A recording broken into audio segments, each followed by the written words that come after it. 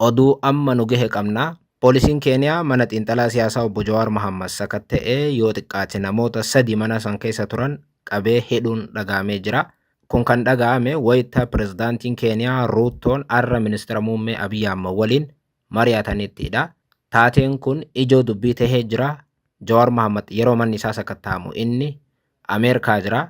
Akkuma beekamu Jawaar eebba kitaabaatiif biyyoota alaa keessa naanna'aa jira. Isa duubatti manni isaa poolisii Keeniyaatiin sakatta'ame jechuudha. Ashama akkam ooltan daawwattootaaf hordoftoota F24 bakka jirtanitti nagaan keenya isin haa dhaqqabu jenna. Deebinee dhufnee jirra. Guyyoota dheeraa booda walitti deebinee dachaanee dhufnee jirra. Odeeffannoo amma nu gaheen walitti deebinee odeeffannoon kunis bal'inaan qoodameeti kan jiru. Akkuma beekamu xiinxalaan siyaasaa obbo Jawaar Mohammad waggoota 2 Keeniyaa Naayiroobii jiraachaa turanii tibbana immoo erga muddee irraa jalqabee biyya alaa keessa naannawaa jiru. Mana isaa Keeniyaa Naayiroobii jiru immoo nama biraatu keessa jiraachaa jira. Jawaar waggoota Keeniyaa keessa jiraachaa turetti nagaan jiraachaa ture. Keeniyaa qofaa miti Itoophiyaallee nagaan deddeebi'ee achirraa hajjii umraa godhaa ture. Haa ta'u malee amma isaa fi mootummaa Itoophiyaa gidduutti wal dhibdee hammaateen Jawaar gara biyya alaattuu akka deemuuf dirqame san qofaa miti marii hawaasaatiifis deeme isaan cinatti kitaaba isaa eebbisiisuudhaaf deeme. Akkuma ji'a muddee gaafa inni biyya Awurooppaa deemu isin biraan geenye irra caalatti Jawaar waanuma kitaaba isaa eebbisiisuudhaaf biyya alaa deeme namoonni sehan turaniiru. San qofaa miti. Jawaar Keeniyaatti yeroo qabamuu bira gaheetti deeme dhugaan dhugaadha. Jawaarillee ni beeka. Mootummaan Itoophiyaa Jawaar qabuudhaaf Keeniyaatti isaa qarqararra gahee Jawaar baafate. Sababiin isaa akkuma isinuu beektan Jawaar muddee gara 13 irraa jalqabee mootummaa Itoophiyaa ifatti qeequu jalqabee hedduun keessan akkuma yaadattan Jawaar yeroo dheeraaf mootummaa qeequu dhiisee ture. Sababiin isaa haala siyaasaa biyyattii ilaalee akka tasgabbooytuuf mootummaa irratti duula godhu dhaabee ture. Keessumaa erga mana hidhaatii bee duula mootummaa irratti godhu guutummaatti qat godhee ture. Ta'us garuu waggootaaf duula dhaabuusi mootummaa keessaan gorsaa akka ture. Nagaan akka deebi'uuf mootummaatti dhiyaate dubbachaa akka ture deddeebiin himaa ture. Haa ta'u malee mootummaan isa dhaga'uu didee jennaan dhuma bara 2024 akkuma yaadattan muddee gara 13tti fakkaata. Qabsoo gama miidiyaa hawaasaatti deebi'ee jechuudha. Jawaar miidiyaatti as deebi'ee jennaan mootummaan baaragee waan qabatuuf dhiisu wallaalee fifiigaa ture. Hundinuu ragaa ba'a kana. Baay'ee mootummaan waan duraan hin hojjetin hedduu hojjeteera eega Jawaar qabsootti deebi'ee. Sababiin isaa rifaaturraa kan ka'e jechuudha. Rafanii turan hojiitti deebi'aniiru jechuun ni danda'ama. Haa ta'u malee qabsootti deebi'uun Jawaar mootummaa rifachiisullee mootummaan Jawaarillee qabee biyya alaatii biyyatti galchuudhaaf guddoo yaalaa ture. Akkumaan isiniin jee Keeniyaa waggaa 2 oliif jiraate mootummaan Itoophiyaa Jawaar qabsootti deebi'uu agarraan kitaaba isaa akka Keeniyaatti hin eebbisiifne ni dhorke. San bira dabree ifatti Jawaar qabuudhaaf Keeniyaatti mootummaan Itoophiyaa yoo xiqqaate yeroo 2 jiila ergee jechuudha pirezidaantii Keeniyaatti.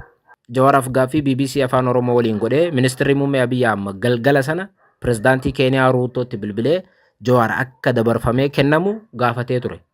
Aangoonni olaanoon mootummaa Itoophiyaa dhimma kana Jawaaritti himanii jiran Jawaar ragaa bahuu danda'a jechuudha.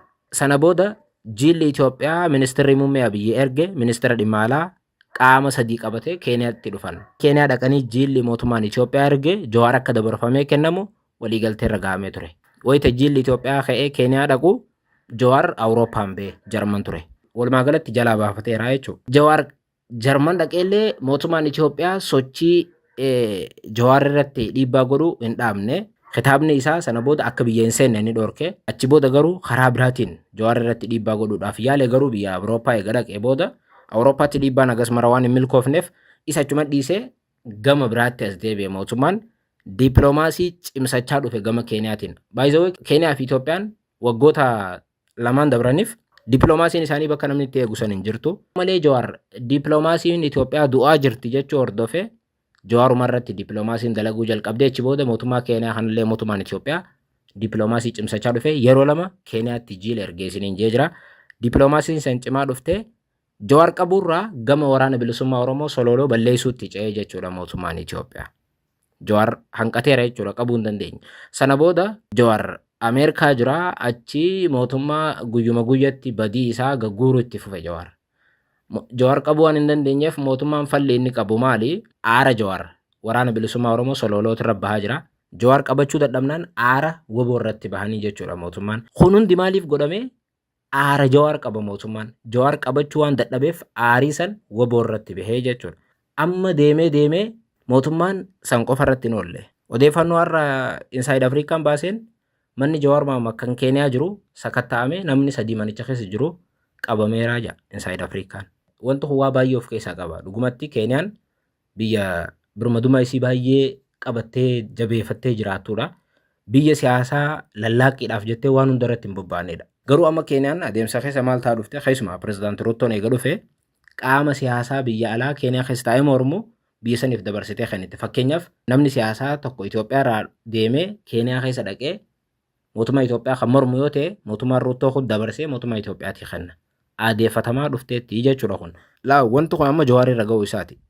Ji'a 3 dura poolisiin Yuugaandaa kallattiidhaan daangaa Keeniyaa cabsee seenee namoota mootummaa Yuugaandaa morman daangaa Keeniyaa keessaa fuudhee Yuugaandaa Kaampaalaa geesseedha. Mootummaan Itoophiyaa namoota siyaasaa Keeniyaa keessa jiran fuudhee daangaa kana keessa daangaa Keeniyaa seenee hidhaa jira jechuudha. Amma Jawaar hidhuudhaaf yaaliin san godhamee Jawaar dhabnaan mana Jawaar nama jiru poolisiin Keeniyaa qabdee hiitee jechuudha. Poolisii Keeniyaa eenyu ajaje yoo jenne mootummaa Itoophiyaatu ajajee jechuudha. Mootummaan Itoophiyaa akkamitti ajaje yoo jenne dippiloomaasiin ajajee kana godhee jechuudha. Inside Afrikaan mana Jawaar Mohaammed kan Westlanditti argamu Naayiroobii seenanii sakatta'anii homaa dhabnaan nama 3 maatii Jawaar ta'uu danda'anii maatiin Jawaar akka Keeniyaa jiru amma dura ibsamaa ture nama 3 manicha keessa turan qabanii poolisiin hiiteetti jaan. Kun mootummaa Itoophiyaatiif amma isaaf gammachuudha haa jennu. Garuu hariiroo biyyoota lamaanii irratti waggaa 3-4 keessatti dhiibbaa guddaa fidaa jechuudha. Mootummaan tokko nama siyaasaa isatti baqate qabee qaama saniif dabarsee kenninaan adeemsa kana keessa waan kana guddachaa dhufnaan booddee mootummaan lamaanis gaafa wal dhabuun hin dhufti jechuudha. Fakkeenyaaf Eertiraan namoota Itoophiyaa seentee gaafa nama ajjeesaa turte mootummaa Itoophiyaatu achi naqe. Har'a Eertiraa fi Itoophiyaan nagaa walitti hin qaban. Dhimma kana jalqaba guyyaa muraasa dura gaazexeessaa Hindii tokko argee ture. Waan kana maxxansee ture garuu namannee ture. Inside Afrikaan galgala kana eega maxxansee amanee jechuudha. Haa ta'u malee ammayyuu dhimmichi jabaadhaa jechuudha. Manni Jawaar poolisii Keeniyaatiin sakatta'ame bakka Jawaar hin jirrettidha. Osoo Jawaar Keeniyaa jiraatee har'a hin qabamu turtee qabamee jechuudha amma. Kun agarsiiftuudha jechuudha. Haa ta'u Jawaaroo maal jaa kanarratti dhugaadha. Jawaar nama siyaasaati. Waan kun narra geera jee hin dubbatu. Amma argee ture. Amma daqiiqaa 5 dura poosti godhee jira. Wanti kun akka raawwatamin haalee jira dhugaa miti je. Inni nama siyaasaati dhugaadha jechuun itti ulfaata. San qofaa miti. Jawaar Keeniyaa mana isaa godhatee keessa jiraachaa ture. Sirriidha jee maxxansu. Amma duraa'uu Jawaar gaafattoo kitaabni isaa dhorkame mootummaa Itoophiyaatu na dhorke jee ifatti hin dubbanne. San qofaa miti. Quba qaba ministeerri dhimma alaa Itoophiyaa ifatti Naayiroobii dhaqee ministeera dhimma alaa Keeniyaa waliin dhimma Jawaar qofa irratti akka mari'ate Jawaar quba qaba. Haa ta'u malee Jawaar waan san quba qaba. Wanti sun narra gaheera jee hin dubbanne. Ammallee Jawaar manni isaa sakatta'ameera wanti kun ta'eera jee hin barreessine hin taanee jee haaluu jira jechuudha. Kanaas ta'u sana mootummaan Jawaar qabuudhaaf ammayyuu rafeen bulaa hin jiru jechuudha. Haa ta'u dhiibbaan kun mootummaa Itoophiyaatiif amma milkaa'ina yoo jenne garuu booddee biyyoota lamaanii irratti dhiibbaan inni fidu salphaa miti. Namoota siyaasaa biyya namaatti baqatan jala deemuun dippiloomaasii biyyattii irratti dhiibbaa salphaa fiduuf hin taa'u jechuudha. Hundaafuu manni Jawaar sakatta'ame namni 3 akka qabame Inside Afrikaadha kan gabaase. Asirratti gama mootummaatiin humaas hin jedhamu deeggartoota mootummaatirraa argee jira. Garuu deeggartoonni mootummaa hedduun maxxansaa jiran. Yaaliin kun akka taasifame anyway. Jawaar haaluu baatee nama siyaasaati wanti kun narra gahee jira jee ifatti dubbachuurraa if qusata. Sababiin isaa biyya Keeniyaa waggaa 2 oliif jiraate. Kanaaf waan kana poolisii Keeniyaatu narratti raawwate jee maxxansu Jawaar nama siyaasaati. Irratti raawwateera garuu irratti raawwatamaas jira. Dabni cimaan mootummaa Itoophiyaatiin Jawaar irratti deemuu itti fufeera. Kanuma yeroo gaarii.